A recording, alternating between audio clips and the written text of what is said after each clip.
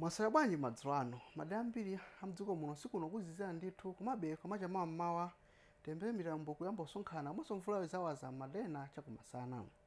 Izikhala yomwe ife mdziko muno mufikatu mphepo mwaziyamba kukhala zosakhazikika kuchoka mnyanja ya India kufika madera ambiri akuno kwathu kulimbitsa nyengo ya mvula madera dziko muno.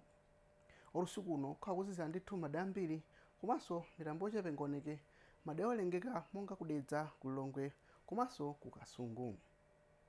Mmawa kuzira kuzakhala wafika wanyimake kunzuzu amatikalitsa kwambira ngisiyama 12 14 Kasungu kunchinji komanso kulilongwe.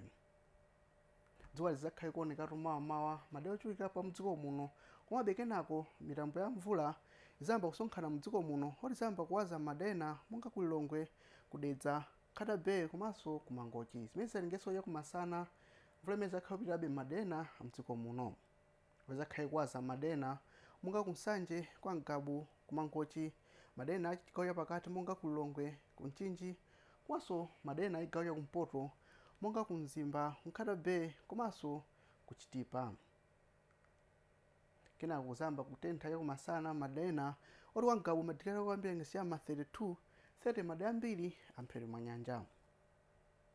Likafika mkuchitiro lamulungu mvula imene ingazapitenso kugwatu madera mdziko muno monga kunzuzu, kukalonga ndi madera achigawo chakumpoto imene zafika chakumasana kuzakwirikiranso madera ena monga kumangochi, kubalaka komanso kuzomba.